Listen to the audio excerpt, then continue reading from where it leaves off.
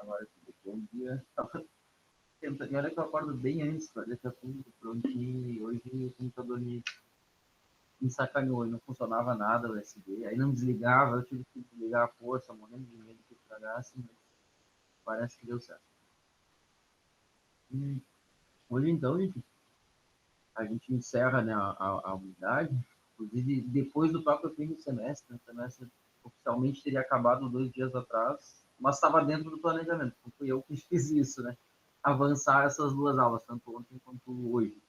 Aí a gente tem hoje esse espaço que, como eu comentei com vocês, né? Eu não quis tirar uma aula nessa, máximo que essa unidade fosse maior, eu não quis tirar uma aula para fazer recuperação. Isso traz certos problemas, né? A gente tem que enjambrar e fazer quando dá. Né? Também não é tão ideal, mas ainda achei que era melhor do que perder. Eu não acho que é perda corrigir a avaliação, eu acho que é super necessário. Mas não tinha como fazer isso tentando ter mais tempo de aula. Tá? Então, o que a gente vai fazer? A primeira pergunta, alguém daqui vai fazer a avaliação de recuperação? Eu vou. Tá. No tu é o caso que tu vai apresentar também. Daí tu fica, pode ficar, inclusive tu sou. A gente vai ter a apresentação do Henrique. Eu acho que talvez tenha sido um elo importante na apresentação da Alemanha, tá? A gente não acabou não discutindo as regiões em si, pelo que me parece, era isso que o Henrique ia fazer. Eu entendi errado, mas parece que era isso. E aí, depois Eu não vou, disso, tá, se José? até o fim do. Provavelmente não vai demorar lá muito tempo, eu não estipulei tempo, né? Mas pode, hoje tá mais ou menos tranquilo. Não acredito que vai levar muito mais de 20 minutos. E depois disso, quem mais tiver que apresentar, tem mais alguém aqui que precisa apresentar? Pelos meus cálculos, não. A gente encerra essa etapa, e também a gente não pode ficar todo dia, né, atrás das pessoas. Né? A gente precisa ter um mínimo, né, de planejamento, não tem como ficar ali, olha, batendo na porta dizendo, venha fulano, faça isso. Né? Não é esse meu trabalho. E daí a gente corrige, fala sobre a carta, fala sobre as outras questões da unidade. Tá? Aí no caso do Henrique, vai fazer a avaliação também, sai, pode fazer, aproveita o tempo. E por isso também vamos encurtar, Henrique, para tu poder apresentar isso aí, tempo que tu precisar. Tu vai projetar alguma coisa? Então, professor, até pensei em projetar, mas aquele slide que a gente usou no trabalho é razoavelmente curto, acho que não vale tanto a pena projetar alguma coisa.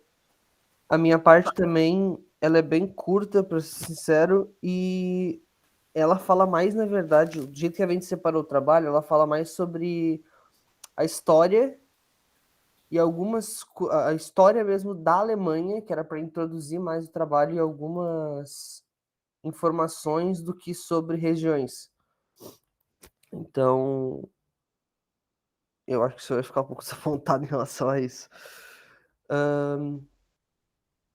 Tá, então eu vou começar para poder Tranquilo, fazer pode. a prova. Tá, então, professor, ao longo do desenvolvimento do Império Romano, o território germânico também teve uma herança grega que foi a vinicultura, que foi introduzida durante a ocupação romana. Em algum momento do século VIII, o rei Carlos Magno regulamentou a viticultura e a vinicultura, assim como todo o comércio de vinho, relacionado ao vinho, né?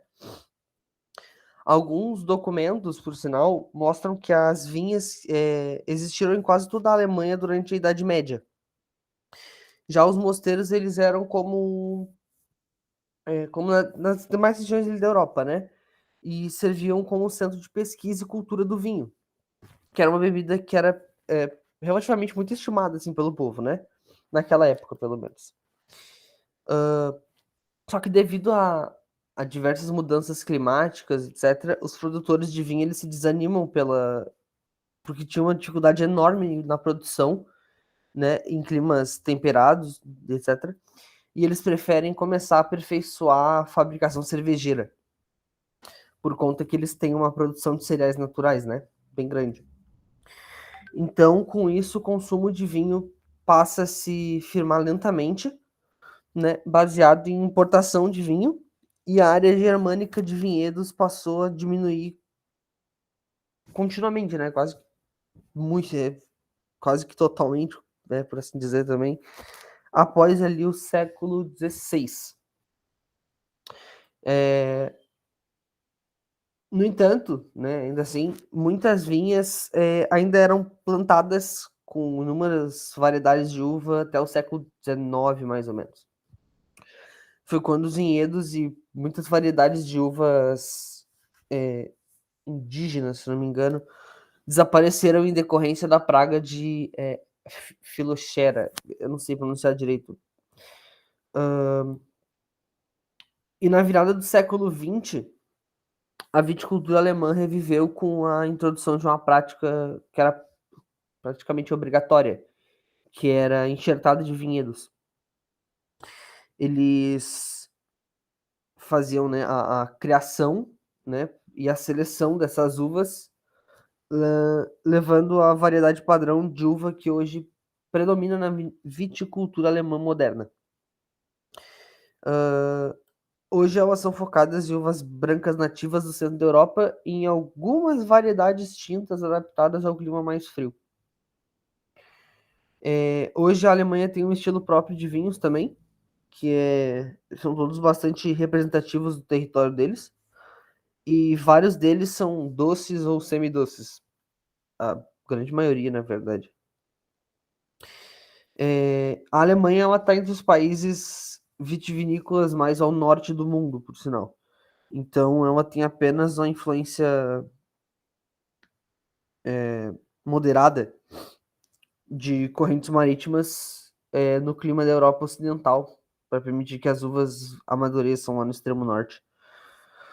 Porém, mesmo assim, né, o clima e as condições de tempo na região da Alemanha ali representam desafios, né, para a viticultura e tal, que são desconhecidos, vamos dizer assim, nas áreas do Mediterrâneo ali. As condições mais favoráveis, né, de produção de vinho se localizam nas encostas, que são orientadas para o sul e sudeste, principalmente ao longo dos vales dos rios Rhein, Elbe, Saale e Unstrut. Espero ter pronunciado certo, desculpa, eu não sei pronunciar direito o alemão. Nas encostas, a insolação é um pouco mais intensa do que nas áreas planas, que também se beneficiam de períodos mais longos de luz. E no decorrer da maturação das uvas, há muito menos sol na Alemanha do que nas regiões vitícolas mais ao sul.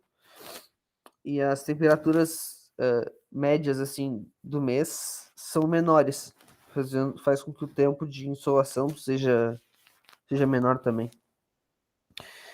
E diferente das regiões vinícolas do sul da Europa, a qualidade da safra é muito dependente do regime do clima de cada ano na Alemanha. Então, com isso, tem uma variedade, né, pequena de uvas que é adaptada a essas condições, né, e essa quantidade pequena que é utilizada. Que marca de forma única, né, o estilo de seus vinhos. E aí eu tenho alguns dados que eu pelo menos julguei que são interessantes de serem ditos, que é a área de vinhedos na Alemanha. Em 2003, né, eles tinham 98.877 hectares, né? O que é 4.000, vamos arredondar, assim, quase 5.000 hectares a menos do que em 2000, que era, né, 102.977. É quase 5.000, né? A Alemanha possui 61,9% dos vinhedos da uva Riesling do mundo. O volume de produção anual deles é de aproximadamente 9 milhões e 16 mil hectolitros, que dá mais ou menos umas 1.200 milhões de garrafas. Eu vou atrapalhar um pouquinho, vocês entendem o que é um hectolitro, né?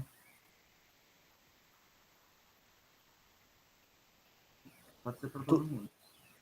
eu sim. Mais Pode ou falar. menos, né? Mas é bem simples, na verdade. Pode falar. O hectolitro é a...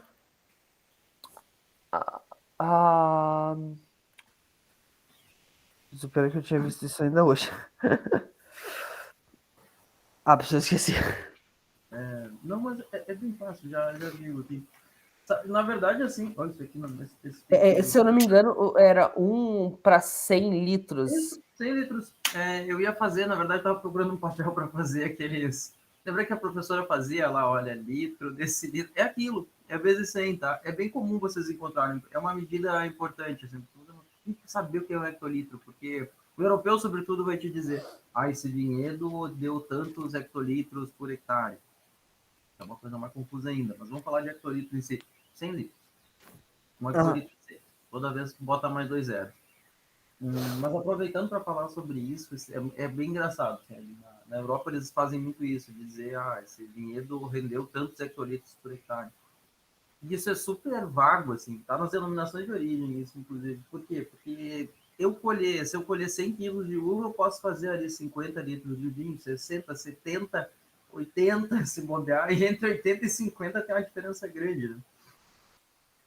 Agora, imaginem que eu traduzo isso para campo.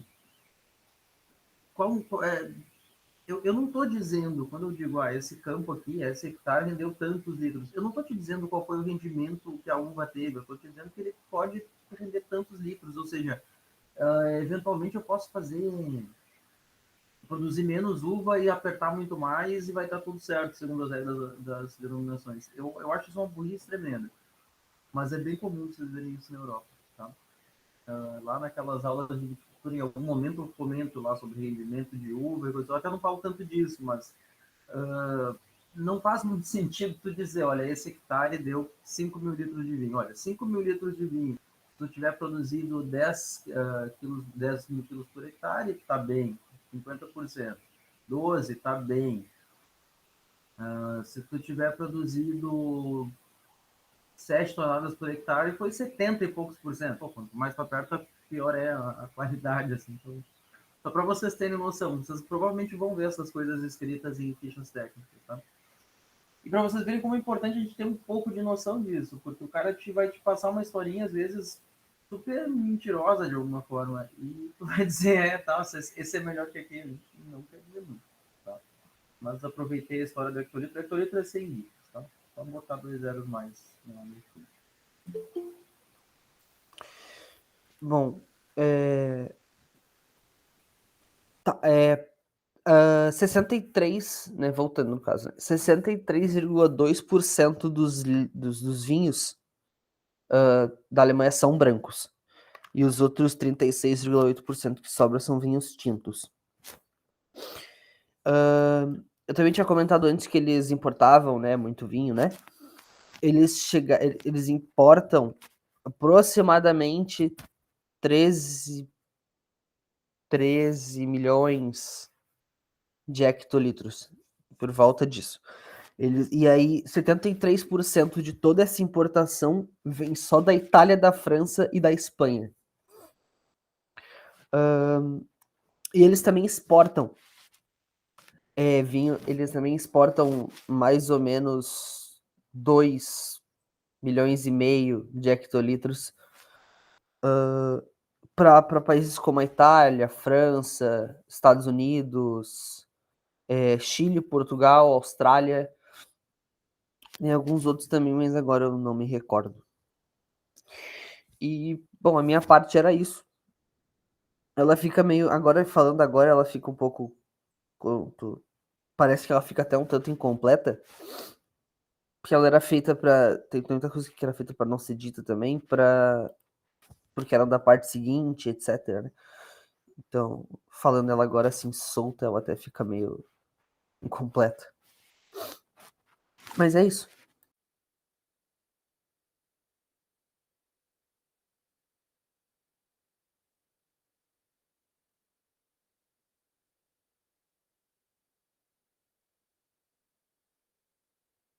Eu tava apertando no lugar errado, bem boca aberta aqui. Eu esqueço que uso o celular, não aberto. Às vezes eu me perco aqui. Vamos lá. É isso aí. Assim, e isso até não impactou tanto na avaliação que eu fiz do grupo, tá? Vocês não falaram das regiões, isso era super importante. Tanto que eu fiz isso na aula que vocês apresentaram, tá? Então, não vai adiantar agora, né? Porque vocês não, se tudo der certo, vocês não vão ter que fazer esse trabalho de novo, o que significa repetir o semestre, mas era bem importante, tá? Por outro lado, e aí também é o ponto que eu faço, né? A Alemanha ela é um pouquinho mais chata no seu todo. Só o todo. Talvez dê mais trabalho que as regiões, inclusive, porque a região é muito simples, só para olhar, olha, tal região produz mais isso, mais aquilo, mas ela é bem chata em relação a isso, ela é bem diferente. Aquelas regras deles são terríveis, eu não lembro de cabeça. Imagina, eles têm classificações oficiais, eles têm a classificação não oficial, aquela do VDP, daquela águia, parece um símbolo nazista lá, uma coisa super aberrante, né? Porque os caras olharam, olha, a classificação legal é boa, mas não serve, não nos mostra que lugares produzem melhores que o outro. Aí eles fazem uma classificação paralela que vale mais até do que a classificação oficial. Não baseada naquela pirâmide deles lá de quão madura é alguma, mas sim de quanto que esse lugar é melhor, é especial e tudo mais. Isso é uma loucura total, né? Vinho da Alemanha é uma coisa maluca. E os rótulos todos parecem rótulos de remédio, qualquer coisa assim, escritos com letras estranhas, belíssimas, com regras pesadíssimas lá, eles têm que ter o número do registro no rótulo, não pode ser no contrarótulo, um monte de coisa estranha assim que eles têm. No entanto, os melhores vinhos brancos do mundo, né? A base de Riesling. Então, toda vez que falar em Riesling, basicamente a gente está falando em Alemanha. Alemanha é lugares frios, né? Riesling é uma casta que dá bem em lugar frio. Embora tenha lugar quente também, funcione bem, ela vai funcionar muito bem na Alemanha. Na Alsácia, funciona super bem na Alsácia, é uma das principais castas que eles têm lá. Uh, por aí vai. E é um país de vinho branco, isso é um pouquinho diferente do resto do mundo, né? O mundo é muito de tintos, eles são um país de vinho branco. Mas, bom, e por que será? Bom, porque eles estão lá no frio. Para eles produzirem, estão tudo amontoado em rio ali, que é para aproveitar calor e tudo mais, que eles não conseguiriam produzir. Mas é isso. Obrigado, Henrique. Que horas temos agora? 8h28. Estou encerrando, então, gente, essa etapa dos trabalhos da apresentação, né? Que hoje a gente teria aí como se fosse recuperação, ou para quem não fez. Então, quem não fez, ficou sem, tá? Não temos mais como ficar deixando para depois. E esse foi o combinado aí, eu disse, não, porque senão a gente vai ficar esperando aí, vem apresentar e depois, não, a gente tem que ter alguma ordem, né? A gente viu lá no primeiro trabalho, a gente teve problema com isso. Se a gente não seguir o mínimo de ordem, fica aí meio perdido. Também não dá, né? Porque eu planejo e acabo não executando porque tudo que estava combinado não foi feito. Ou tudo não, uma parte do que estava combinado não foi feito. Então, acabamos de encerrar essa etapa de apresentações. Obrigado, Henrique. Aí, gente, o que eu queria mais ver com vocês é a sequência dos. Volto a fazer a pergunta: quem ia fazer a avaliação Instagram? Deixa eu posso silenciar meu WhatsApp, eu fui fazer isso, daí ele deu o barulhinho. Vamos lá. Acho que só tem eu, professor. Beleza. Então, Henrique, obrigado. Vai ficar gravado depois, todo mundo pode ver o que a gente vai discutir aqui. Então, foi um dos motivos porque eu disse, olha, é menos mal também que a pessoa que vai fazer uma recuperação possa não estar, né? Porque ela pode ver. Então, boa avaliação, a gente está lá no SIGA já. Pode me mandar quando acabar. Tudo bem, professor, muito obrigado. Eu vou tentar corrigir isso hoje, inclusive, a gente teve dor. Hoje vai ser vídeo, inclusive. Eu estou assim com quatro projetos que eu tenho que responder hoje. Eu não fiz antes, porque tinha várias outras coisas que eram para mim. E as avaliações que eu tenho que fechar o semestre hoje. Eu estou radiante. O pré-férias é muito chato. Mas tudo bem, vamos lá. Gente, olha só. O que que eu queria falar? Vamos falar das cartas no geral. Eu acho que é uma parte, eu acho que é mais legal a gente falar das cartas e, e depois, e depois falar das avaliações, pode ser isso? No geral, a gente vocês foram bem, tá? Mas tem umas coisas que a gente tem que ter um certo cuidado. Algumas vezes a gente acaba avançando, sabe que é mais ou menos assim, se eu comprar um carro 1.0, eu vou reclamar dele, mas eu sei que ele é 1.0, né? Olha, ele não vai andar 200 por hora, ele provavelmente não vai ser o carro mais confortável. Como ele está para 1.0, tá ok. Quando eu compro um carro mais evoluidinho aí, eu olho para ele e digo, pô, mas não pode ser desse jeito, né? Não pode demorar para responder a aceleração, não pode não ter um mínimo de conforto, por aí vai, tá? E às vezes o que acontece? Vocês acabam optando por coisas um pouquinho mais, e aí para um pouquinho mais a gente olha, aqui tá faltando, tá? Isso é uma das coisas que eu olho assim, tá?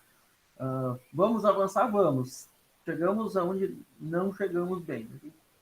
Faltou alguma coisinha aí. Outra coisa, gente, que é bem tranquilo até assim de se dizer. Não se esqueçam que no fim das contas é tudo estético. Não significa que as informações podem estar erradas, mas ela tem que estar. Uma carta tem que ser agradável de ver. Tá? Ah, mas tu não cobrou, como chama, coisas.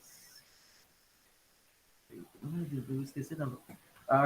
Coisas gráficas, design, não, não cobrei realmente, mas assim, pensem que se aquilo tivesse numa carta boa, aquilo tem que estar bom de ler, no fim das contas, tá? Tem que estar coerente, tem que ter alguma lógica e tem que estar bom de ler. Se vocês fizerem isso, vocês saem com cartas melhores que o 60% do mercado, tá? Tem cartas assim que... E eu acho que o grande esforço que a gente faz aqui é dizer isso, olha, será que não dá pra gente fazer? Será que como é que o teu branco está diferente do teu tinto, né? Tem coisas que a gente olha assim, não, tem que olha só, segue sempre o mesmo formato. E tem coisas que eu comentei, tá? Eu vi assim, meu Deus, gente, mas não voltou lá na aula gravada, não olhou. Então teve alguns casos que eu olhei antes, teve algumas falhas grandes. Mas eu vou dizer que no geral foram bem. E eu vou dizer mais ainda, que o mais engraçado foi que as primeiras cartas que apareceram aparentemente eram melhores, inclusive mais redondas, vamos dizer assim, do que as que foram chegando mais para o fim. Então, o que eu digo mais para vocês, essa turma teve uma predileção por vinhos alemães que eu nunca vi. Eu disse assim, não é possível. Eu já vi alemão, disse, vocês estão malucos, né? Eu nem olharia para vinho alemão se fosse eu, se eu achasse que eu fosse ter dificuldade. No geral, vocês entenderam bem a questão da divisão da carta, tá? Aquela coisa assim, olha, vocês precisam dividir ela antes em tipos de vinho, tá?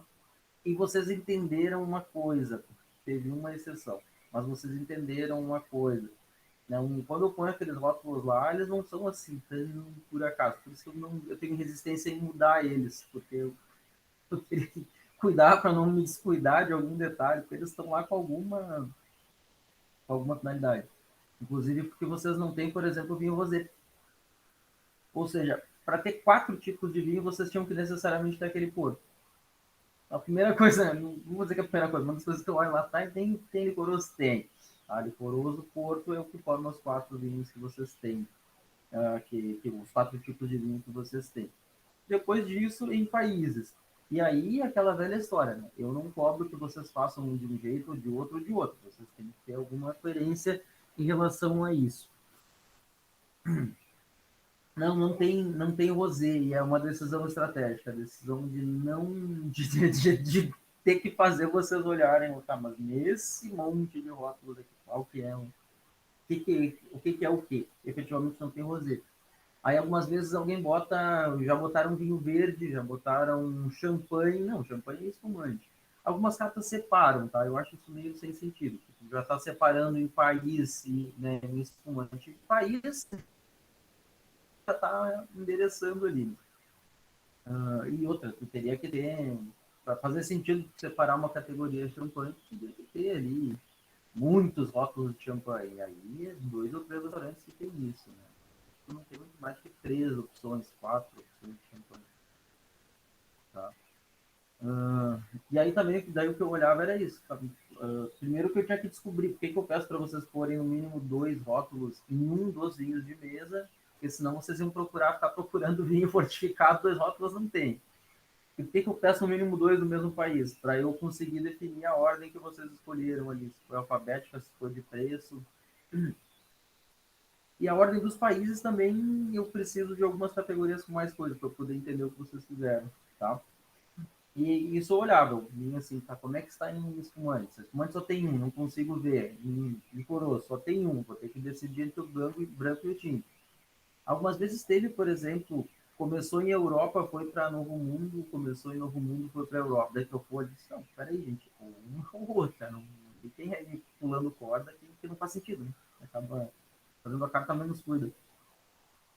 Mas eu assim, acho que é um bom avanço que a gente tem de conversar sobre cartas nesse curso e efetivamente cobrar que vocês consigam fazer uma coisa muito singela para entender como é que funciona, tá? E a gente começa a fazer umas coisas assim diferentes depois que a gente vê, é que nem sensorial, né? A gente começa a provar as coisas diferentes, cartas vocês vão perceber que provavelmente vocês vão para o restaurante vão começar a olhar para as cartas. E vocês vão ver que elas têm erros. Em geral, elas tem muitos erros. Outra coisa, e eu acho que aí é o meu último comentário sobre cuidem, como eu disse assim, ela tem que ser agradável, tá? Não façam, não é uma tabela, tá? Não estou falando, e vejam só, não estou falando do ponto de vista gráfico, tá? Do ponto de vista de como dispor as informações. O que eu estou dizendo é que assim, a forma de dispor ela não pode parecer um checklist, tá? Safra, variedade.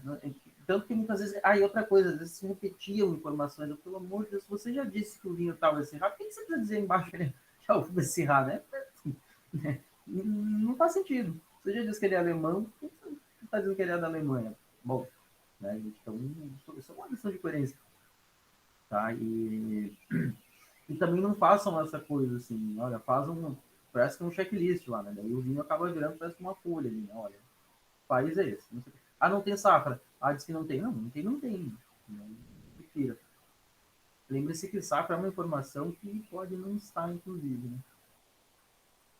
Somente nesses vinhos mais correntes, para não botar a carta fora tão rápido. Elas são caras, tá? Elas são bem caras. Elas são meio bonitas, né? Papel especial e tudo mais. Só que a carta sai caro. Sai caro mesmo. Deixa eu ver se tem mais alguma coisa que eu queira dizer para vocês sobre as cartas. Não. Se vocês querem comentar alguma coisa, tudo isso aqui na frente do chat. Aí eu não me enxergo, eu não sei se eu estou aparecendo ou não. Deixa eu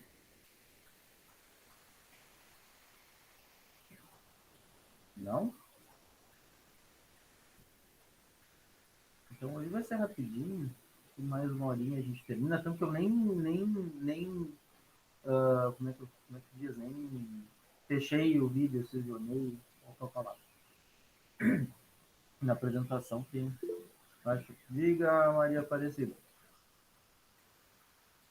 Não, sobre a carta de vinho, Juscelio, ela requer muita prática, né? Com o tempo a gente vai acertando, né? Isso, porque na que eu... Melhora, Oi?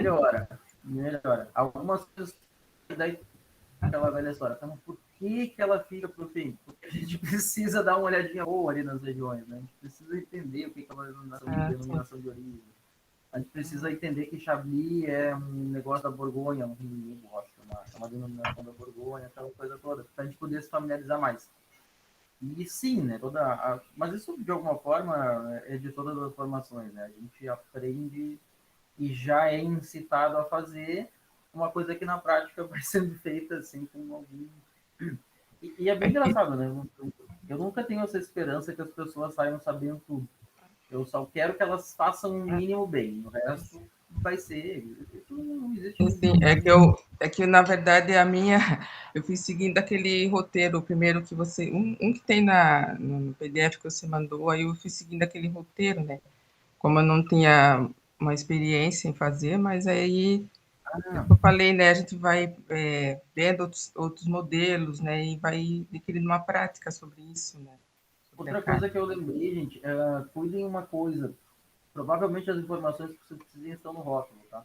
Com exceção de safra e valor que eu vou pôr. Pela primeira vez eu pensei que isso pode ser necessário.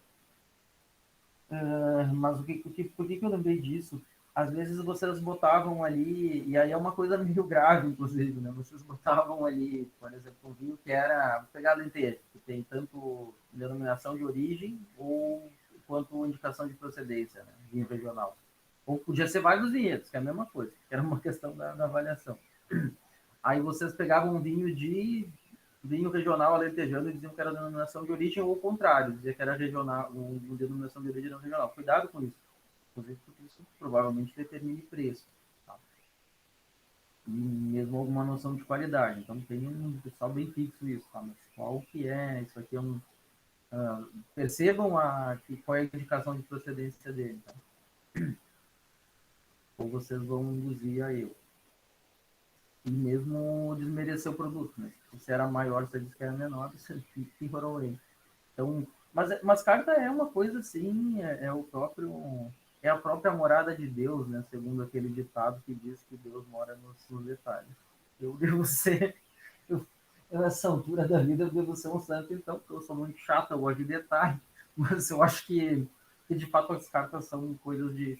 E é bem isso que eu digo para vocês, tá? São detalhes que às vezes na prática não são vistos. Por isso que também eu cobro bastantinho aqui, para que a gente possa ser talvez um pouco da mudança aí do que se tem em cartas. Tem cartas muito ruins nessa região. Muito ruins.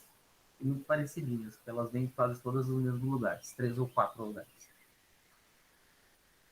Sim, a Bárbara disse que queria fazer uns 30 rótulos. Eu já pensei em pedir mais, só que é infernal, gente, porque imagina como vocês vão fazer assim para botar 30, pô, é complicado. Outra coisa que eu andei pensando, que eu podia mandar uns vinhos meio prontos, não, prontos já para vocês, só para vocês posicionarem, porque aí vocês têm volume de rótulo para pôr, para fazer a carta ter tamanho, né? Por exemplo, vários de vocês não separaram elas necessariamente assim, tintos, Brasil, Argentina, e eu achei que entenderam bem quando não separaram, porque fizeram isso numa ordem lógica, só botaram o país antes ali. Na prática, de uma carta de 30, vocês não podem fazer isso. Na carta de 30, vocês vão ter que separar paísinho por paísinho.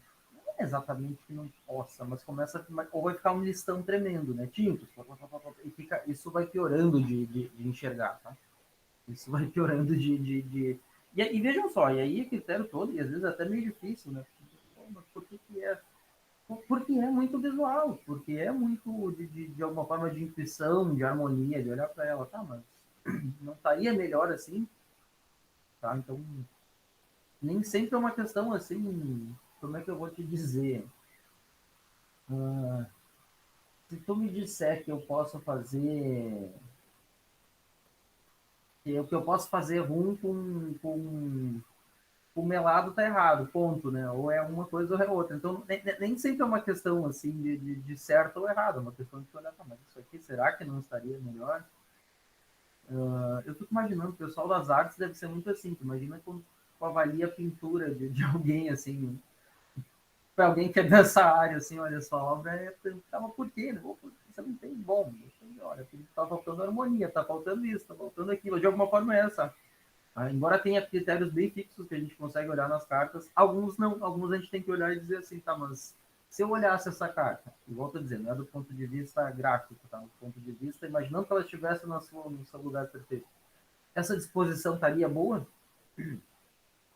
Por isso, por exemplo, muitos tracinhos separando informação, nossa, isso aí parece que viram aqueles formulários sabe, aqueles que tinha que papel carbono lá, né? Isso aqui não passa X. Pior, né? Muito do que eu me baseio é isso. Imagine que se estivesse no restaurante, isso aí tinha que ser agradável de ler. Precisa, bem feita e agradável. Precisa, na atual circunstância, não é uma palavra muito boa, mas tudo bem. Passou. Querem comentar mais alguma coisa da carta? Eu tirei meu copo d'água daqui. Sai pra lá, moço. Oi, professora. Eu gostaria de comentar. Assim, eu tive muita dificuldade de fazer a carta, Eu tive a oportunidade de trabalhar com a Cláudia, que tem um conhecimento ali na hora da leitura de rótulos, ela lê muito bem os rótulos, tem bastante experiência. Só que eu não conseguia achar uma conexão, eu como usuária da carta, só olhando aqueles rótulos, pela minha falta de conhecimento de vinhos. Até a nossa carta não teve uma boa avaliação, porque teve muitas informações repetidas ali que não. Mas de alguma forma acho até que foi, acho não tenho certeza, foi proposital, porque eu tentei me colocar no lugar de quem estava pegando aquela carta, como eu, sem experiência. Então, embora eu tivesse uma bandeira ali da Alemanha, tinha escrito Alemanha. Embora já tivesse no rótulo tipo de uva abaixo, eu coloquei porque como cliente, só pelo rótulo ali descrito não era claro para mim. Então, foi um grande aprendizado. Mas eu vejo assim a carta colocada para profissionais, a visão que eu tive, sabe? Profissionais conseguem ler a carta, pessoas que já têm muito conhecimento de vinho, não um leigo que tem vontade de conhecer. Na verdade, não, tá? Na verdade, aquelas informações deveriam dar conta de atender os dois, né? De atender o público com retidão, vamos dizer assim, técnica. Foi um trabalho bem difícil, porque além de ficar fazendo essa pesquisa, tem de entrar e conhecer um pouquinho mais para poder descrever na hora de colocar na carta, naquele documento, naquela ferramenta, né? Tem rótulos que não têm informação, como foi um caso de um vinho da Austrália. Da Nova Zelândia não tem. Tinha um da Austrália também, que era a uva Cortese, não tinha informação, então era aquela Nova pesca Zelândia, assim. Eu achava que era Austrália. Que era Nova Zelândia. Mas enfim. Não, aquele é o patinho feio mesmo. Aquele foi de propósito. Aquele tem. Eu olhei assim, não tem. Então não tem que olhar. Por exemplo, se decidiu comentar todo. Mas foi um trabalho muito. É ruim de comentar. Foi um trabalho muito interessante, assim, bastante trabalhoso, assim, no sentido da pesquisa, mas que deu para aprender muita coisa. Que bom. Essa é a intenção. Essa é a intenção. A Priscila perguntou da questão das denominações de origem, se deveria pôr na carta. Sabe o que eu acho que é interessante pôr? É aquela velha história, assim. Não é exatamente certo e errado. E aí talvez entre um pouquinho do que a Cris disse. A carta precisa atender todo mundo. Se eu falar que é Piemonte, se eu falar que é Barolo, quem sabe que Barolo é uma denominação de origem controlada e garantida. Se eu falar Brunello de Montalcino, a mesma coisa. Nem todo mundo sabe. Tá? Mas, para mim, é o ponto menos complicado de não pôr as letrinhas ali, indicando que nível que é de indicação. O ponto complicado é, por exemplo, Alentejo. Como é que eu sei se é denominação de origem ou se é indicação de procedência? Ou vinho regional, como é no caso dele. Então, eu particularmente prefiro pôr. Tá? Não consigo ser preciso de dizer que é errado não pôr. Exatamente porque cartas não são aquela coisa assim que tem ali um tratado científico dizendo, tem uma BNT dizendo, olha aqui, isso aqui tem que ser assim, não tem. Então a gente sempre está ali, né, no limbo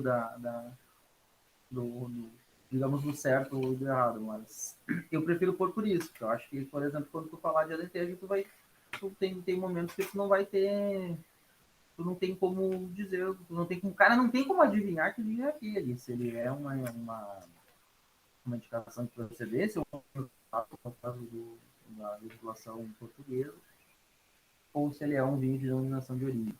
Tá? Vale dos Vinhedos, mesma coisa, não tem como saber se aquilo se era uma indicação de procedência ou se era a denominação de origem. Então, por isso que eu particularmente prefiro pôr. E é uma informação que valoriza a carta, né? A gente tá falando de um negócio que vale lembrar, né? Denominação não quer dizer tudo e não quer dizer que é maravilhoso, tá? Quer dizer que está dentro de umas regras de tipicidade, de alguma forma. Tá? Então, eu, particularmente, prefiro colocar. Estou tentando enxergar a lista de vocês aqui, por isso que eu estou desviando da câmera. Mais alguma coisa, gente?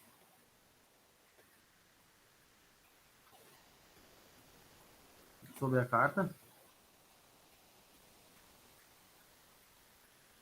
Não?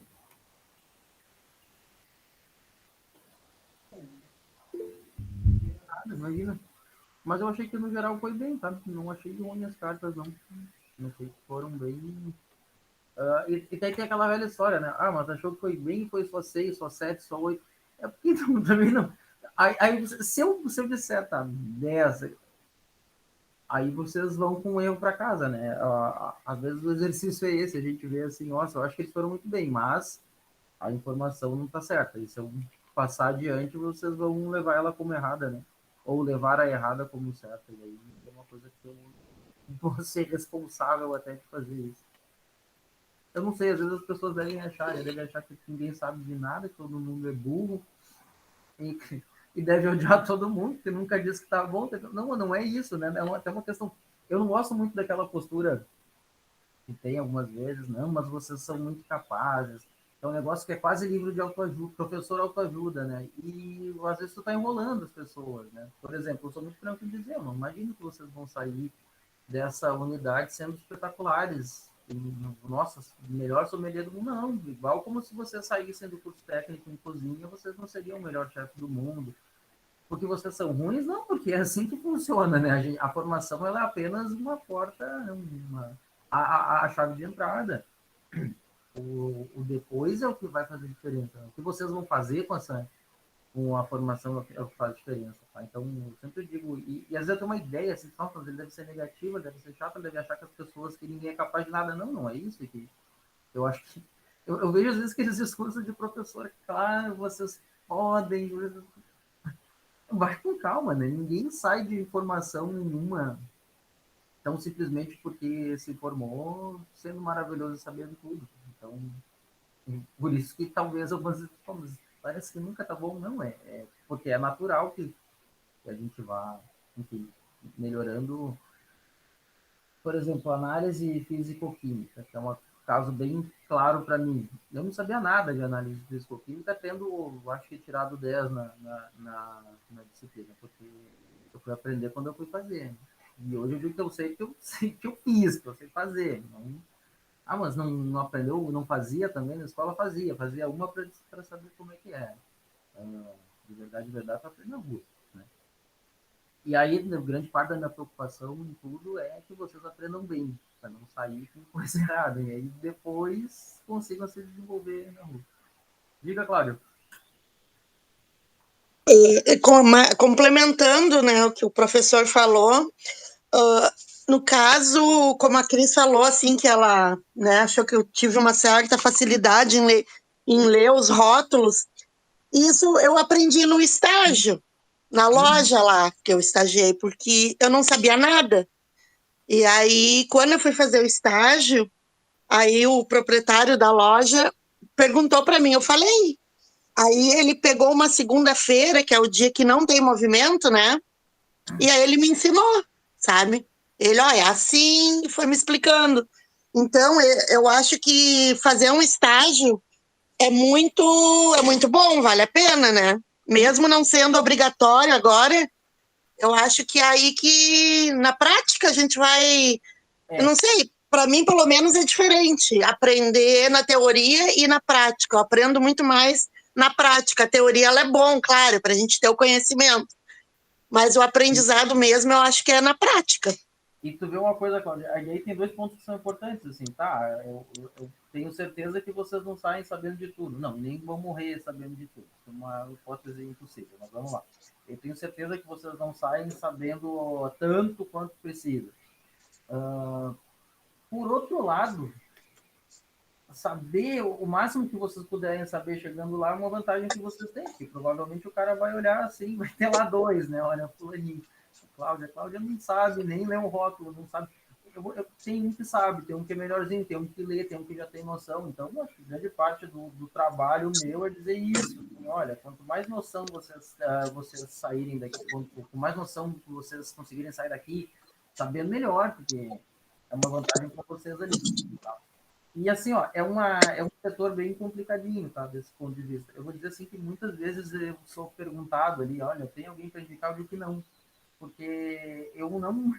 Porque assim, quando alguém contrata um aluno, um ex-aluno meu, e eu não disse nada, fico muito feliz que ele elogie. Às vezes eu não vi nem perguntado sobre, né?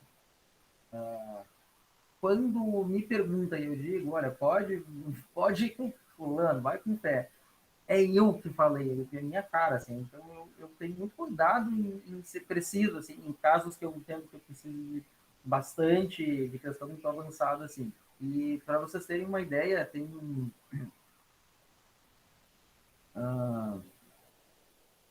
alguém, tá, que estudou, que foi aí, que estudou, enfim, o professor que hoje trabalha eu não quero localizar, por isso que eu estou dizendo abstratamente. E hoje, inclusive, é subordinada de um ex-colega meu. Tirou 10 na avaliação. Aí depois eu descobri que colou, mas isso foi um outro problema que eu não sei nem como, porque assim, ó, vou dizer que eu não sou tão boca aberta assim e conseguiu. De qualquer forma, mesmo que não tivesse colado, né? Tirar o 10 não quer dizer que ela foi maravilhosa. E não é, né? Aí ele estava dizendo, bah, tá complicado lá. Eu disse, olha, não sei de nada, não fui eu que indiquei, não quero. Você te vira aí com a tua seleção, seleciona melhor depois. Então, tem uma grande parte, talvez, do que eu tento é isso, é dizer, olha, vamos tentar mandar eles melhores para enfim, para as empresas que podem os receber, para que as coisas deem mais certo. Eu acho que já falou, né, Cláudia? Eu vou abaixar para não perder. Alguma coisa a mais?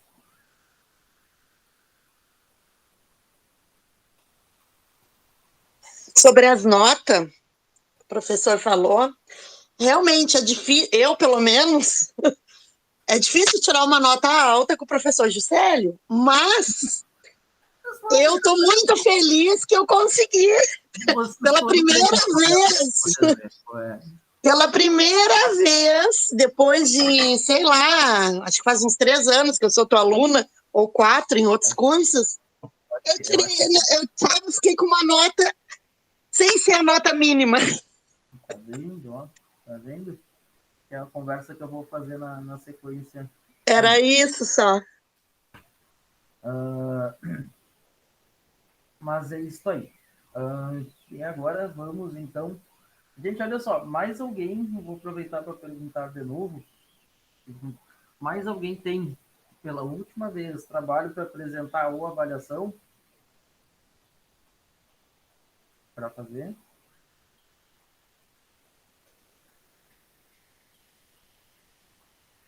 A avaliação tá lá no Siga já, tá? Só baixar lá e fazer.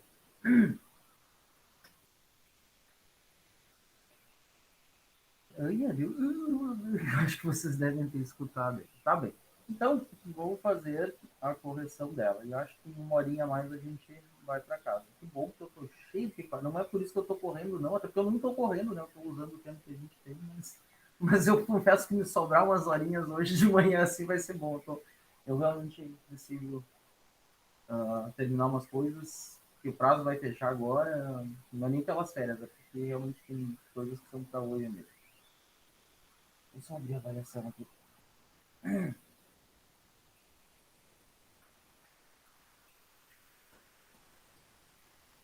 É só pegar o outro? Não, acho que é melhor eu abrir o outro. Tá vendo? Eu não gosto quando as coisas dão meio errado, assim, tipo quando o computador travou no começo, que daí não deixa as coisas abertas e prontinhas. Eu odeio ter que ficar perdendo tempo. Eu acho que essa é uma... Enfim, mas tá aí, vamos abrir.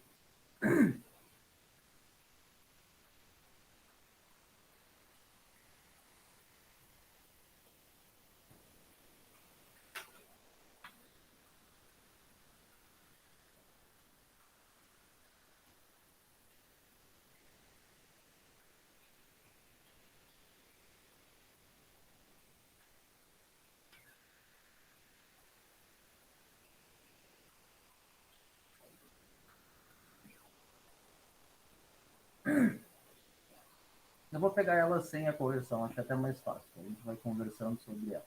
Deixa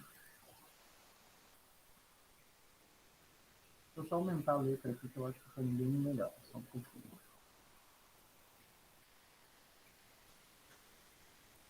Pronto, acho que agora a gente consegue.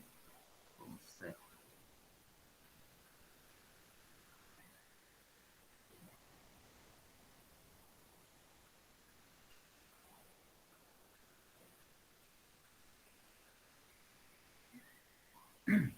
Acho que vocês já estão enxergando, né? Questão 1, tá? Escolha o tipo de vinho de mesa e descreva a sua vinificação. Outra coisa, a gente teve. Antes de eu corrigir em si, vocês foram relativamente bem, foram melhores do que na primeira avaliação de bebidas de cultura cervejeira, tá? Eu não sei se foi porque aquela foi a que introduziu a forma de fazer a avaliação, né? Mas teve uma diferença grande, grande mesmo, tá? Tem essa que eu acho que vocês foram bastante melhor. Todas as unidades são 6.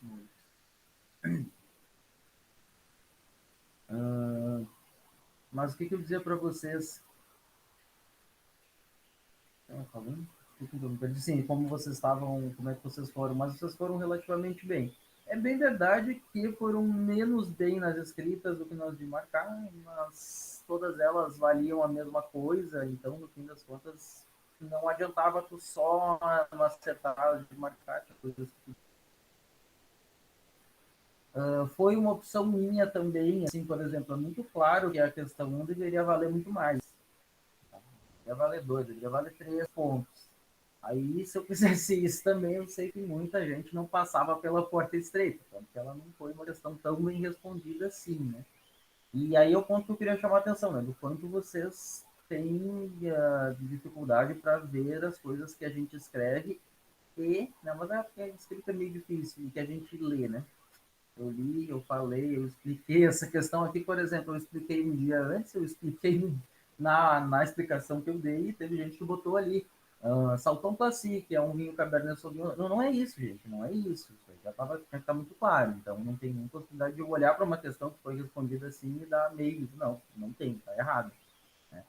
Então, eu ter falado ali, por exemplo, o rosé tem isso e aquilo, é feito de uvas tintas, com leve maceração, elas são desengaçadas, esmagadas, ficam ali por algumas horas, são depois prensadas ou escorridas, ou o que fosse, clarificadas, fermentadas, e enfim. E era mais ou menos aí, tá? Não era para falar horrores, mas vocês precisam ter uma ideia de todos eles, e eu pedi um só, tá? De todos eles. Então, vocês precisam escolher aquele que vocês tivessem mais afinidade para descrever, tá? Teve algumas respostas muito boas, inclusive, tá? Que eu até pedi, não sei se os colegas fizeram isso, é uma opção deles, né? Mas eu pedi até que eles enviassem para vocês, que era aquilo ali que vocês tinham que ter na cabeça, tá? E outra coisa, eu não sei se foi por descuido ou otimismo meu, eu não avisei para vocês que vocês tinham que escrever com as palavras de vocês, né? Até porque no presencial nem existe outra possibilidade, ou vocês têm essa ou essa, né? E... Mas eu tinha alertado os dias antes de quanto pegar as respostas que não são exatamente aquelas que a gente conversou pode dar conclusão. E isso aconteceu algumas vezes. Tá? Dei uma resposta lá bonitinha, que não era de vocês, né? Que era de alguém que fez na internet, no blog, não sei o que não tinha nada a ver com a pergunta, assim. Talvez parecesse ter.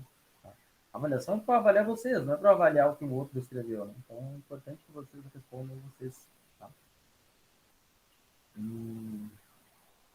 Enfim, né? Agora, de alguma forma, é tarde, mas daí eu adotei assim que eu tenho que dizer, né? Olha, com as suas palavras, suas, né? Sua de cada uma, de cada um, por aí vai. O José quer falar, talvez? Está com a mão levantada? Não sei se era a pergunta da...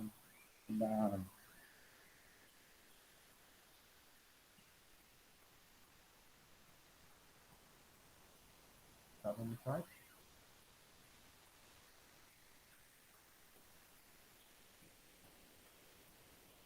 Vou continuar.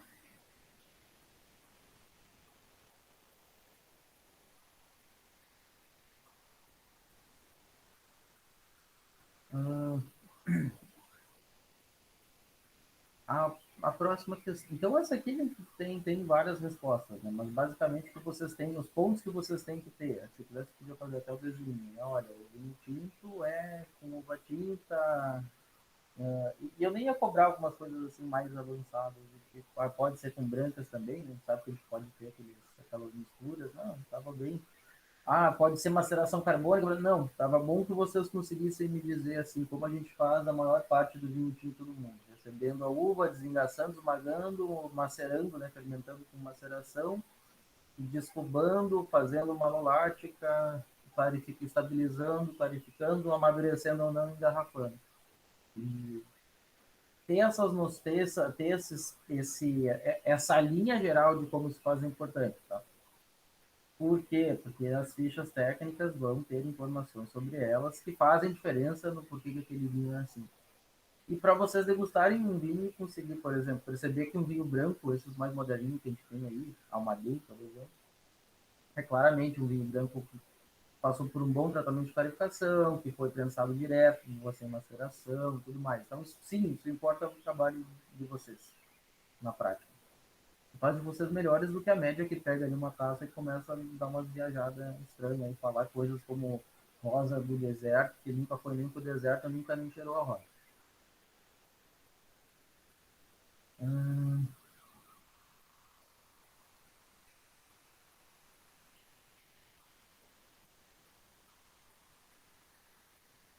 Vamos voltar aqui. A questão 2, tá? Eu não vou nem ler ela toda. Na verdade, assim, eu só vou ler as respostas aqui. Eu não vou. Aliás, eu posso olhar para lá, tá sem resposta. Tá sem. Eu tava apagando para eu não ver, mas não tem, tá sem resposta. Eu tenho que responder na hora mesmo. Daqui diz que anidrido carbônico proveniente de fermentação natural ou introduzido por processo de gasificação. O único produto que eu posso. Tem 2 produtos que eu posso fazer. Aliás, tem um único que ele é opcional, que é o frisante, tá? Vinho gasificado não é opcional. Vinho gasificado é gasificado artificialmente. Nem existe. Esqueçam isso aí, tá? Ninguém faz um vinho gasificado. Né? Realmente, frisante não é... É um erro a gente dizer que frisante é um produto... A diferença dele, principalmente, é que ele é gasificado artificialmente. É uma opção. Acaba sendo a prática, porque ninguém paga por um frisante fermentadinho, bonitinho, melhorzinho. Anidrido carbônico proveniente da fermentação do mosto em recipiente fechado. Olha só, fermentação do mosto, tá? Isso aqui é moscatel, não tem como ser algum outro espumante. É o único espumante que a gente tem de fermentação única. Por enquanto, algumas pessoas, tipo eu, ainda querem convencer o Ministério da Agricultura através de uma tese de que a gente deveria ter, por exemplo, espumante de método ancestral. A gente oficialmente não tem no Brasil. O único produto, os espumantes que a gente tem em 2 fermentações, então tem o garrafa e o moscatel, fermentação única, mas a gente não tem isso no... Isso acontece na prática já, tá? Importante dizer, mas não, legalmente não existe. Então eles devem registrar como espumante de segunda fermentação, mas que não é, que acaba sendo uma só.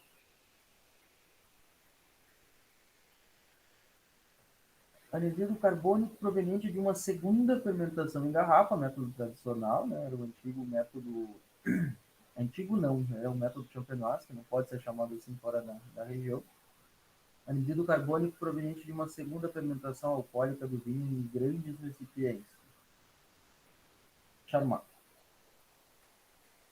Chaussetier, Martinotti, tem mais, a nossa lei, inclusive, chama de Charmat. Teve vários engenheiros que se bateram ali para dizer que a gente tinha inventado o método Charmat.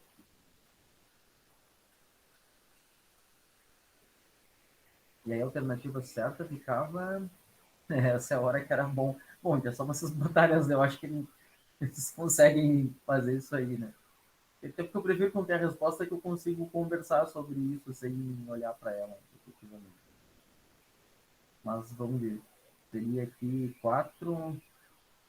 Moscatel é 2, 4, 2. 4, 2, 1, 3. Acho que era isso aí. 4, 2, 1, 3 era B. Peraí. Deixa eu só pôr aqui no chat para ver se vocês falaram alguma coisa. Questão 3, eu falei várias vezes. E ela é super importante, tá? Ela para mim é bastante importante. Por quê? Porque conseguir pensar na análise de um vinho é importante, tá?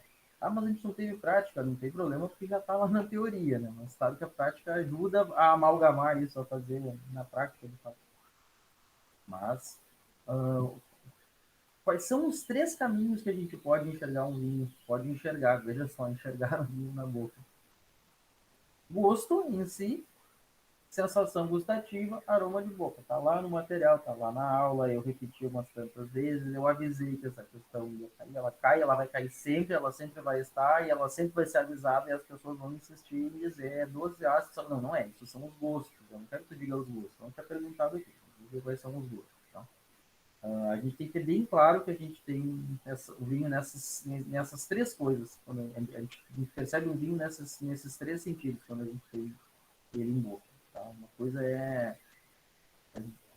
não consegue, não tem como, a gente até para ter uma boa uma avaliação do vinho, a gente precisa perceber quanto tanino ele tem, isso é a sensação, quanto ele ocupa de espaço na boca, de volume, de peso, é a sensação, quanto quente ele parece de álcool, é a sensação.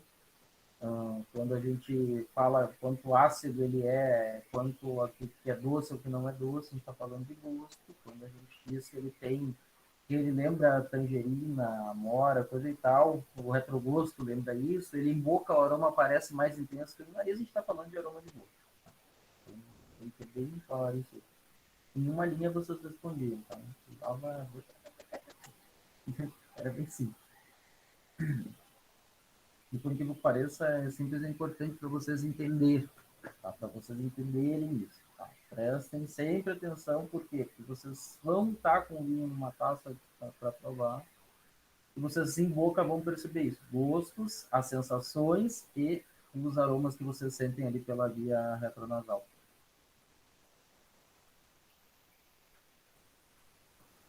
Qual a razão para que não se possa chamar todos os vinhos licorosos de Porto, uma vez que vários são feitos da mesma forma? A gente podia trocar aqui para todos os espumantes de champanhe, a gente podia trocar para qual razão pela qual não se chama madeira, de todos os vinhos licorosos de madeira, e tinha 54 opções diferentes, muito mais que 54, foi um número qualquer que eu disse. Então, uma denominação de origem controlada, ponto. Aí era só essa. Era só essa. Tem que lembrar que, assim como eu não posso chamar Chablis fora de Chablis, embora na Argentina eles façam isso. Embora a gente fazia isso no Brasil, né? A gente fazia vinho horrível na época, inclusive, chamava de Chianti, Borgonha, mas não pode. Tá? Por quê? Porque é uma denominação de origem controlada. Esse é o único motivo. Que proíbe efetivamente. Tanto que não adianta eu fazer igualzinho. Tem essa questão, assim, se fizer tudo igual, eu não posso. Tá? Estados Unidos, às vezes, dá umas escorregadinhas nisso, e África. Eles chamam de porco os vinhos que eles fazem tipo porco. Mas isso é polêmico, tá? Bem polêmico. E, inclusive, só quem pode chamar champanhe de champanhe fora de champanhe é a Peter Longo, que é a única das que sobrou que registrou o produto como champanhe antes de que tenha saído o registro da denominação de origem. Embora eles façam champanhe há muitos séculos, eles fazem esse registro em 1930, qualquer coisa assim. Eles dormiram muito nisso aí, né? Eles deviam ter registrado isso muito antes. Não registraram, aí a Peter Longo disse, olha, você não pode me tomar um nome que não estava dizendo em lugar nenhum que eu não podia usar. Sim, o sommelier ele oferece um vinho branco, vejam só, com aroma mineral. Ponto 1, aroma mineral. De onde vem aroma mineral? Provavelmente de regiões mais frias, muito da uva Riesling, tá? A Sauvignon Blanc costuma ter alguma coisa. Tem um monte de uvas que podem expressar aroma mineral, mesmo Chardonnay de regiões mais frias. A própria Borgonha tem Chardonnay com aroma mineral. Mas eu nem falei outros aromas para destacar ele, tá? Aroma mineral. Alta acidez. Então tá claro aqui, assim, em regiões mais frias, menos maturação, tá? Menos exuberância de aromas, acidez relevante, como são as grandes regiões de vinho branco, tá? E aqui eu estava mirando em Riesling. Tinha outras coisas esses todos que eu disse aí, e outra, dependia muito do argumento de vocês, tá? Existia tal coisa, tá? Mas por quê? Se você só disser de tal lugar, eventualmente você chutou e acertou, eventualmente chutou e errou aí. Não é isso que eu quero. Vocês acertem ou errem, mas que vocês entendam o porquê que vocês me disseram tal coisa. Tá? Mas aqui a questão era o clima mais frio, que privilegiava a acidez mais alta, e, enfim, provavelmente aí podia ser aqui o litoral do Chile, ali, Casablanca, San Antônio, podia ser Alemanha todinha, podia ser Serra Catarinense, né? Parece vários Sauvignon Blanc com bastante aroma mineral, então tudo dependia de como vocês argumentavam. E tem gente que inventou religião, gente, pelo amor de Deus, gente, olha só, além de não responder com as suas, copias errado. É uma coisa que não faz sentido, né? Eles criaram, por exemplo, o Rio Grande do Sul de Santa Catarina. Aí eu disse, não, mas peraí, gente, eu não posso ter errado nisso. Não pode ser que eu não saiba que essa região não existe, né? Porque não existe, não pode usar o mesmo nome em outro lugar, né? Aí eu fui olhar, claro, porque eles escorregaram no português, né? Porque tinha assim, Rio Grande do Sul, vírgula Santa Catarina. Aí entendeu que o Rio Grande do Sul era em Santa Catarina. E aí errou. E errou por quê? Porque não resolveu não responder, resolveu perguntar para o Google, e o Google não dá as respostas corretas. E às vezes dá e a gente entende errado. Então, né, se fosse para o Google responder, eu tinha enviado lá. Não sei nem quem é o CEO da Google lá, não responde essa avaliação para o currículo.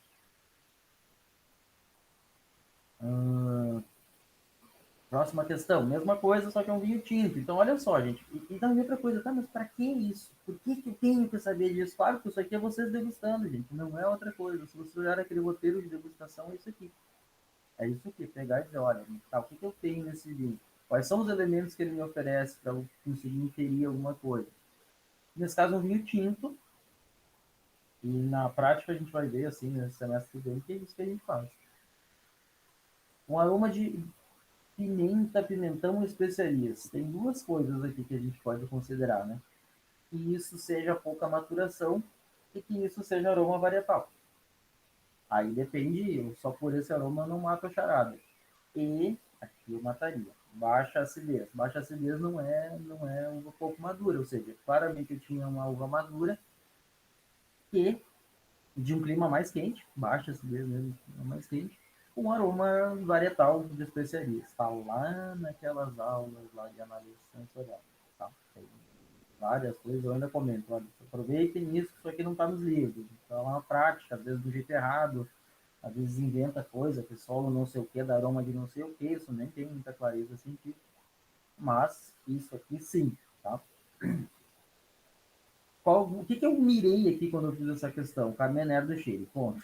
Esse pimentão, o Cabernet Sauvignon do Chile poderia ser várias coisinhas, tá? Mas pontos que vocês tinham que ver, baixa acidez, aroma varietal com Syrah, poderia ser, Syrah australiano, Syrah daqui, Syrah, muita gente respondeu Syrah, inclusive. E é isso aí, cara. Mas leio e tem, assim, é uma coisa, sei lá, tem que pensar, tem que interpretar, tem que pegar ali, 3 aulas, 2, e tem que fazer, né? Essa é a hora do show, é a gente pegar todas ali, 60 horas de aula, provavelmente, e conseguir responder uma questão.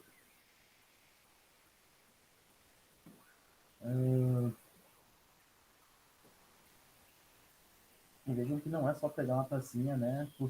Botar o vinho, chacoalhar, cuspir, não é de fato não. 7. Dentre as regiões vitivinícolas brasileiras, qual a maior e seus principais tipos de vinho? Tá? Serra Gaúcha, e aqui eu aceitava qualquer coisa que incluísse espumante, porque o nosso principal produto hoje é espumante. De volume é tinto, inclusive comum, alguém respondeu isso, né? O vídeo de Americanas, de fato é. Mas os produtos que nos interessam aqui por qualidade, espumante vinho branco, né, por afinidade com o clima, por volume é tinto. A gente ainda produz, o que é uma loucura produzir tanto vinho tinto na Serra Gaúcha, que nem é tão boa assim para isso, mas é o que se pede, é o que, enfim, acaba fazendo. Mas é isso aí, Serra Gaúcha. E vinhos. Aí eu aceitava qualquer coisa que incluísse espumante. Tem de tudo, né? Mas os principais é espumante branco e tinto. E coroas tem muito pouco. Primeira IP e primeira DO são a mesma, Vale dos Vinhedos, sabe? Aí teve gente que botou que a primeira IP era Vale de São Francisco, nem saiu a IP deles ainda, saiu agora. É bem recente, tá? Mas não existia. Saiu agora? Ou nem saiu? Eu acho que nem saiu, tá? Eu acho que eu fui inventando. Mas eles estavam bem adiantados nisso. Vamos procurar aqui, né, falar. Porque realmente me perdi a informação agora. Eu acho que ainda não saiu.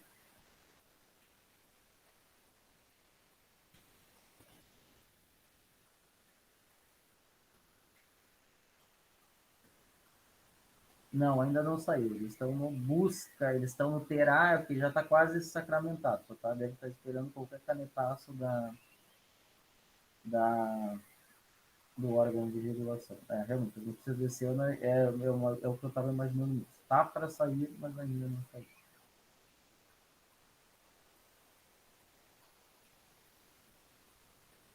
É isso.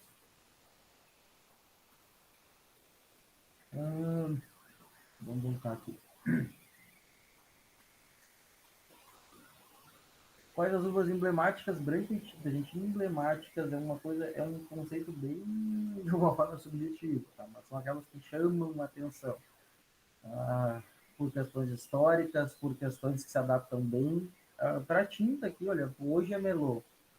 Para branco, quem disse Chardonnay hoje, eu disse, acaba sendo uma variedade que a gente produz bastante. Não é exatamente uma diferencial, mas que a gente produz bastante.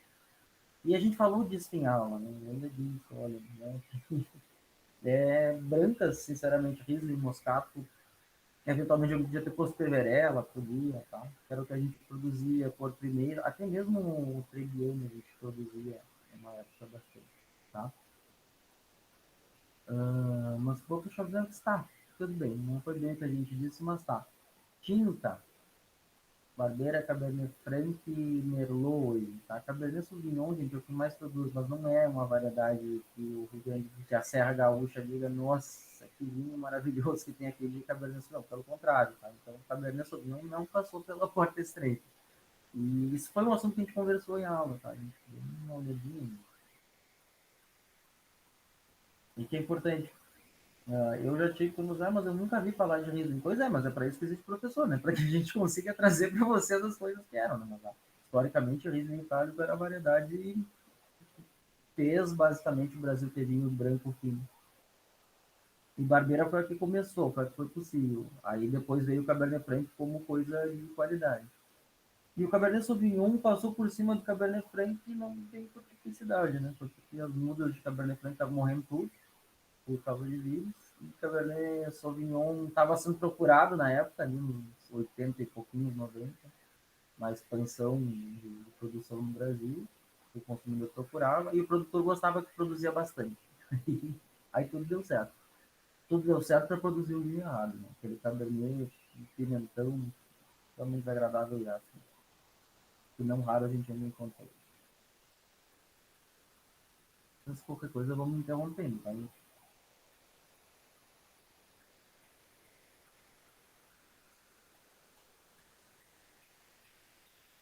8. Sangiovese e Merlot são da onde? Itália e França. Teve gente que inverteu, tá? Ele botou na A, e aí não é, né? Itália e França. Né? Porque respectivamente. Se não tivesse respectivamente, eu não poderia dizer que estava errado, mas é respectivamente. 3 uvas de Bordeaux, tem uma lista imensa, tá? Cabernet Sauvignon, Cabernet Franc, Petit Verdot, Carmener, Malbec, Semillon, Sauvignon Blanc, e a lista é grande. Eu tenho anotado essa questão, inclusive, até porque se já vai que alguém bota uma variedade que eu não lembrava, tá lá. Eu acho que todo mundo acertou isso aqui. Duas da Borgonha. É uma coisa, né? Pinot Noir, Chardonnay, podia ter posto lá e alguém botou, como é que é aquela? Melon de Borgonha. Me escapou a variedade agora. A memória tá boa no fim de semestre. Mas quase todo mundo botou Pinot Noir e Chardonnay. É isso aí, basicamente. A Ligoté, lembrei. A Ligoté também tem. Mais representativa da Espanha, eu ainda disse. Não, só não... Isso é que eu acho que todo mundo acertou também. Não era a Irene que é a mais cultivada, né? Mas a que mais a uva típica, a uva emblemática da Espanha é Tempranillo. Com vários outros nomes, olho de lebre, sensibel, tem 1 milhão de nomes e 1 milhão de clones. A Tempranillo tem essa característica, de ter muitos clones.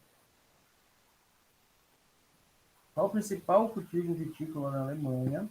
Riesling. É a mesma questão de sempre, então mudou um pouquinho anunciado. Riesling. E aqui a gente começa a demarcar. Onde que situa a Ribeira del Duero? É Portugal, é Espanha, vamos ver aqui. Já tem, não, tem duas alternativas possíveis. Seria Bordeaux, França, continua igual. Barolo, Itália, continua igual. Douro, Portugal, continua igual. Alsácia na França, então é a C. Mendoza na Argentina, Toro na Espanha. Mas tem valor de Toro, nem precisa. Eu já me dava conta de responder a questão. A medida que vocês estavam podendo pesquisar qualquer coisa. Então era C. A alternativa que identifica corretamente Borgonha, França, já vamos eliminar aqui, só tem uma questão que é a D, mas eu vou continuar dizendo aqui. Além de Portugal, Canelo Anisé é a principal região do Uruguai, né? Ali do ladinho de Montevidéu, do ladinho não, né? Montevidéu está dentro de Canelo. Cabernet França, Colchagua é Chile, Brunello de Montalcino é Itália e Capachato é Argentina. Tem que saber de tudo isso aí.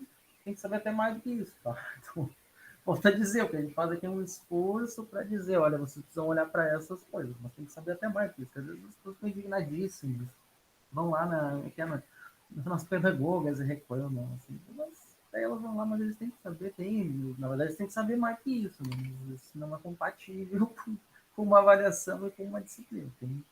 Na vida real vocês vão ter que estar se deparando com isso aí. E nas cartas talvez vocês já tenham percebido.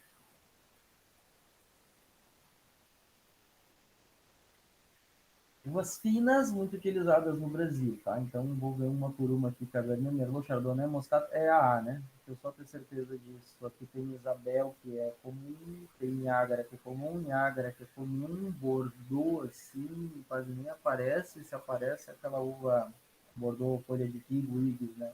Que é uma uva comum, aquela que deixa o dente do preto, então é a A mesmo. Uvas brancas de qualquer tipo, eu não expliquei no vídeo, tá? Niágara, Sauvignon Isabel não é. E Pinot também não é. Moscato Pinot não. Riesling Bordeaux, seja do jeito que for, que tiver grafado, Bordeaux é tinta, né? Isabel é tinta, Pinot é tinto, Pinot é tinto. Borgonha é uma uva tinta esquisitinha. Chardonnay, Niágara, Moscato, Riesling e Sauvignon, a letra E. Que Sauvignon é esse? Parece Sauvignon Blanc. O Novo Mundo chama Sauvignon Blanc, né? Mas na Europa eles chamam de Sauvignon, simplesmente. Eles distinguem os outros, né? O verde, o gris, né? O cinza, né? O verde, o gris, mas o Sauvignon Blanc eles chamam de Sauvignon. As emblemáticas da Argentina, Uruguai, Chile e Brasil. Malbec, Tanar, Carmener ou Cabernet Sauvignon, tá? Eu aceito. Aí é uma coisa que é interessante, né? Porque a mais plantada e a mais reputada é a Cabernet Sauvignon, só que aí chegou o Carmener para acabar com o mundo, aquela uva com um cheiro insuportável de pimentão, só que só eles produziam aquela coisa toda, e virou a uva bandeira deles. Tá?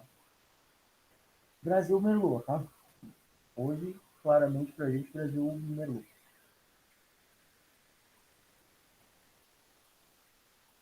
três principais uvas do champanhe: Chardonnay, Pinot Noir, Pinot Meunier. Essa aqui não tem erro, tá? Pinot Gris não é, e eles podem usar. Pinot Blanc não é a principal. A gente está falando de 97% do champanhe é feito com essas três uvas. Normalmente é quase que um terço de cada. É quase que a distribuição da área. Acaba sendo muito parecido, assim, as coisas lá.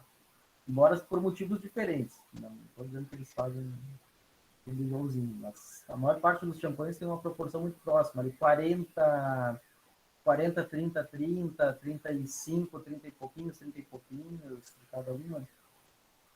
E aí vale lembrar que duas são tintas, né? Ou seja, isso explica por que champanhe é tão estruturado. É uma das coisas, né? Professor. Outra que explica também é o fato de ter um longo envelhecimento. Eles têm ali no mínimo 18 meses de amadurecimento em boa. Liga, acho que Professor. Tô pensando que era a sua voz, né? Desculpa te interromper, é que eu fiquei com uma dúvida na prova. Volta lá. Na questão 11, diz que tipo de vinho é o madeira. Tu quer saber como ele é classificado? Ou tu quer saber como ele é feito Não, como se ele se trata do vinho fortificado, etc. É por aí. Ah, tá. Muito obrigado, professor. Desculpa Então, interromper a aula. A resposta que às vezes tem umas confusões ali. Mas aí você... Muito obrigado e desculpa interromper a aula.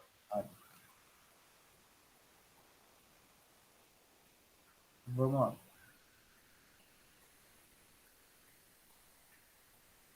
Mas realmente, tá, eles usam mais 4 variedades. Como é que chama a outra? Petit Meunier e... Já consigo a resposta precisa para vocês.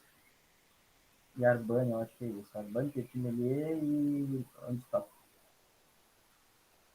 Mas são um pouco... Agora, essa é uma coisa que eu acho importante, tá? É bem comum que a gente leia errado isso. As pessoas dizendo com clareza que são só 3. Não são só 3, tá? Embora sejam as que são usadas em 97% dos casos. Um momentinho que a gente já disse para vocês.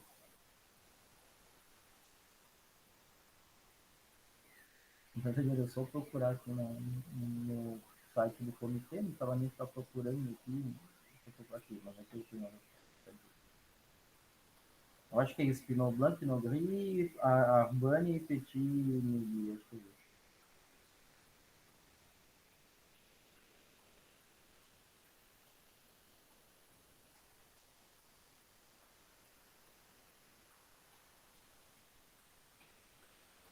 Não está anotado, parabéns. Mas, enfim. Facinho eu já chego aqui para vocês, tá? Pera aí. Eu acho que são essas 4. Vamos, portaria aqui, não, escrevi errado.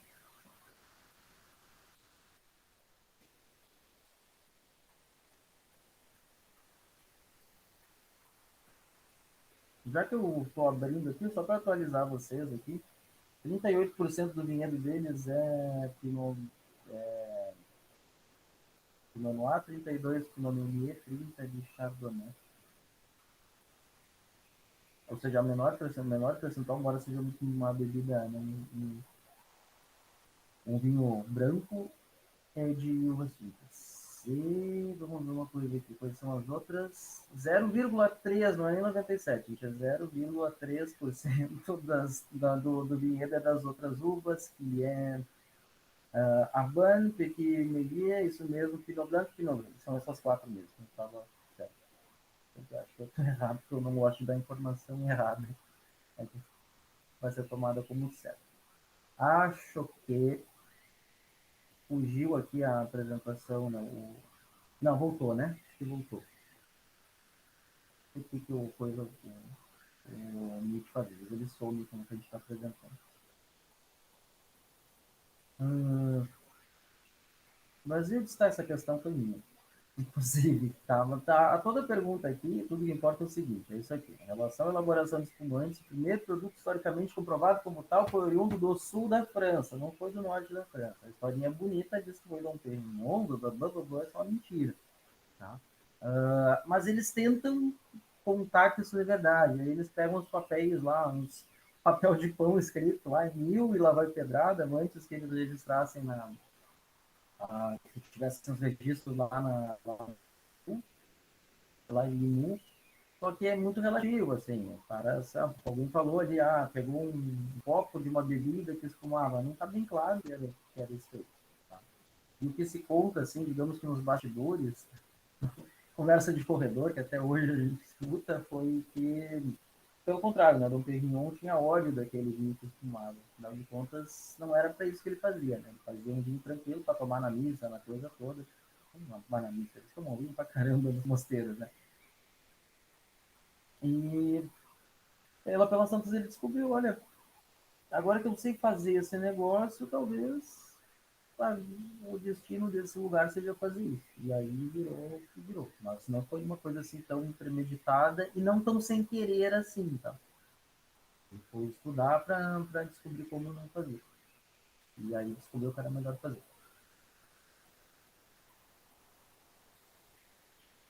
20. Sobre os vinhos decorosos. Tá? Essa para mim era a pior questão de todas. Eu relutei um pouquinho por ela, mas eu gosto de pôr coisas que não fui eu que escrevi. Que aí não é aquela coisa que foi tu, que é eu, que é normalmente. Então eu acabei pondo ela aqui, tá? O Jerez é obtido de madeira de maneira natural, com ossos que possuem uma graduação alcoólica potencial superior a 15, não necessitando realizar adição de álcool vínico. Realiza-se uma maturação no sistema de criadeiras e soleiras do período de 2 anos, em recipientes funcionais de madeira, de carvalho, com capacidade inferior a 1000 litros. Essa, para mim, foi a mais complicadinha, porque ela envolvia alguns detalhes que a gente até viu, mas que eu não gosto muito assim de treino, embora eles até sejam sim importantes, tá? Qual que é o erro dela aqui? A obrigação, voltei para o lugar certo, sim, a obrigação da não necessidade de álcool ruim, tá? Pode receber. Pode não, inclusive ele recebe, né? A diferença é a formação do véu ou não. Se não formou, eles põem o álcool vínico antes e não forma o véu nunca mais. Os madeiras são elaborados tradicionalmente a partir das cultivares Floriga Nacional e Tinta Roriz. Realizam uma fermentação parcial de forma lenta e posteriormente é feita a adição de aguardente vínica para se obter a parada de fermentação e o teor alcoólico final desejado. Quase tudo certo, com exceção disso aqui, tá? Não são as uvas da madeira, são bem típicas de lá, Boal, Cercial, Malvasia, o que mais? Tinta Negra Mole, eu acho que também. Agora não tenho certeza. Mas não são essas uvas, tá? Tá aqui, agora apareceu a tinta negra mole, exatamente. E é o que faz essa questão de baixo tá errada também, tá? Não, na verdade não só isso. Se é uma fermentação alcoólica completa, o vinho do Porto não termina a fermentação, é parado com adição de álcool. E nem adicionado uma mistela também, o açúcar é o que sobrou ali, tá? E as cultivares também não são essas. Na verdade, a Floriga Nacional as outras não. O Verdelho também tem na Ilha da Madeira, e aí vai. Tá vendo que eu tenho que saber umas várias informações, várias, muitas? É isso, né? Alguém vai na loja e vai perguntar para você do madeira. Alguém vai no restaurante e vai perguntar para você o porco e por aí vai. E os botritizados, as uvas sofrem ação de podridão nobre, tá? Botricinéria, que ocorre em condições climatológicas determinadas, ou vira a podridão normal que a gente tem no Brasil, que é úmido. Tá? Em condições de clima seco, ela fica desidratando a uva, incrementando o teor de açúcares da uva, a partir da qual podem ser elaborados vinhos doces de grande qualidade e prestígio. Sim, então a única correta é essa aqui, que seria a alternativa A. É isso aí, né? E foi isso. Não vejo que algumas vezes vocês complicaram mais do que a questão era complicada. Algumas vezes vocês não leram. Eu fechei e não parou a apresentação. E é um mínimo de coisas que vocês precisam saber, tá? É muito mínimo. E aí volto a dizer para vocês, né? Daqui para diante vocês já sabem onde pegar, já sabem de onde tirar, já sabem se quiser uma informação importante, né? tem a credibilidade, vai lá pro, como é que chama, pro comitê da região, para o conselho da região, por aí vai. Então, ele já até encontra fácil informação com credibilidade. Só tem que saber algumas palavrinhas-chave. Tá? Nem precisa de livro, inclusive. Livros, eles até são meio parados no tempo, né? Por exemplo, se procurar Bordeaux no livro, não tem modificação do ano passado, foi um retrasado, eu não lembro muito bem. Eles permitiram outras uvas que não eram tradicionais de lá. Tá? E que eram uvas, são uvas de fora, tem uva portuguesa, por exemplo. Tem uva híbrida, a interespecífica, né, de nível era uma híbrida. Tem Marcelão, por exemplo. Por quê? Entra numa certa polêmica aí, né? Porque a Terra não é plana e porque o aquecimento global existe. As regiões estão cada vez tendo que ir mais para o norte para tentar fugir do calor e trocar de uva, porque algumas uvas já não estão tendo o desempenho que se esperava naquela região. Então a uva própria da região está fazendo um vinho menos característico porque o clima da região mudou. Mesmo que ironia até.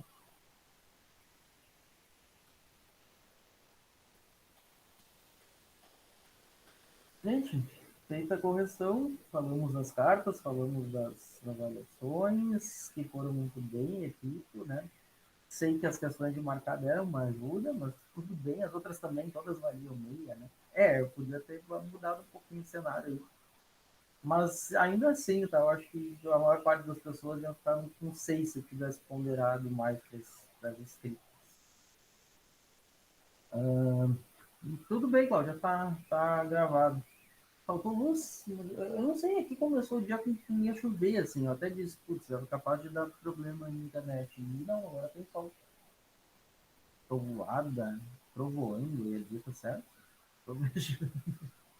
Meu Deus, isso é a cabeça da gente que não tomei café. Como o computador encrencou, nem comi, nem tomei o cafezinho puro. Assim. Claro, afeta a cabeça do ser humano de uma forma muito decisiva, assim. Perguntas, questionamentos, questões, inquietações. Só não pode virar muito sessão de terapia, tá? Gente? Pode ser que até piore a situação. Né? Querem falar, querem comentar, querem tirar alguma dúvida?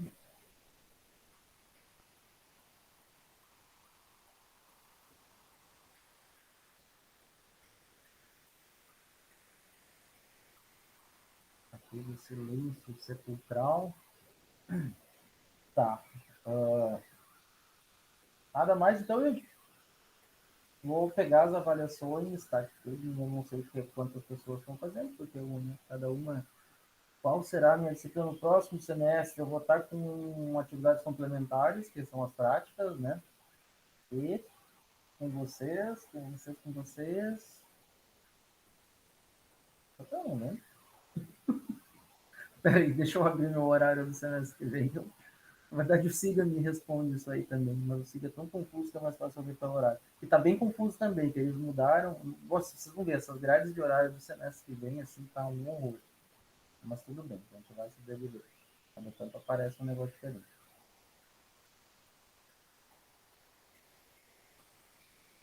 Bebidas e cultura cervejeira não é com vocês, é com outra turma. Bartendinha com os atrasados, né? Com os atrasados da pandemia, desgarrados da pandemia, eu diria. A produção cinematográfica não é com vocês, as práticas.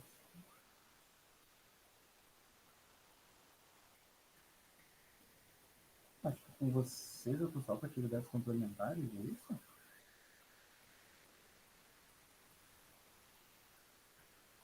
Engraçado, mas eu acho que é isso. Porque esse semestre teve que fazer uns recortes grandes aí, né? Porque como tem coisa atrasada, então a gente já tá com muita coisa, a gente já tá com pouca coisa. Ficou meio estranho, mas eu acho que é isso, acho que é só atividades complementares. Vamos ver aqui no Siga, já põe aqui não. Peraí que agora ele saiu. Ou a gente pode fazer as coisas assim, né? Olha o Tarzan, gente. Que coisa estranha esse som. Onde ele começou gritando, às vezes ele começa cantando e depois ele dá um grito que parece um Tarzan, assim, meio mal imitado. Às vezes vocês escutam isso, mas é uma coisa assim, muito estranha. Vamos ver aqui. Semestre que vem, 2021, 2021, 2021, 2021, 2021, dois atividades complementares. Não, só atividades complementares mesmo. Eu tenho a impressão que eu tinha mais coisas com você, atividades complementares. Vamos dizer apenas para provar bebidas e para fazer avaliações sobre as bebidas, tá? Vai ter duas. Eu não fiz o plano ainda, até porque essa vai ser uma edição diferente de atividades complementares. Mas, padadamente, é uma avaliação de bebidas gerais e uma avaliação de vinho. Como vocês seriam se tivesse nessa unidade, né? Se ela fosse presencial. Sempre tem uma que é a avaliação sensorial mesmo.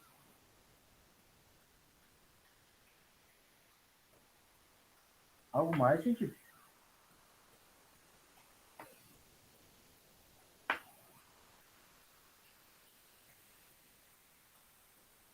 Então tá, então eu agradeço a presença de vocês.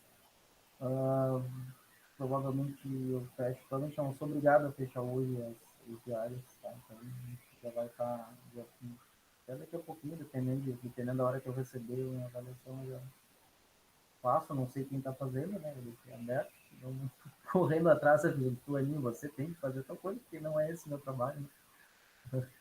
E, enfim, e aí a gente, semestre que vem,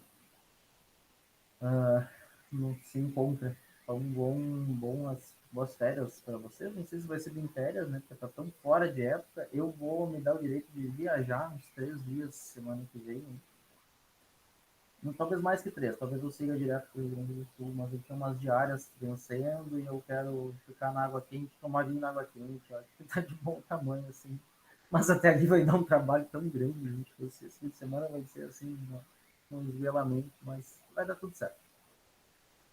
Então tá, espero que tenham aproveitado, tá? Acho que vejam essas coisas com calma, o material tá com vocês, tá tudo com vocês, tá? Façam as. Lembrem-se que as coisas não são para eles, são para vocês, tá? Então, tentem, quando precisar, estão aí os materiais e a gente tá aí também. Então tá aí. Obrigado, bom fim de semana, boas férias, que não são, talvez não sejam bem férias, e a gente se vê no semestre que vem. Obrigado, vai dar tudo certo. Tchau, tchau. Como é possível? Aí eu tenho que encerrar a gravação, tá?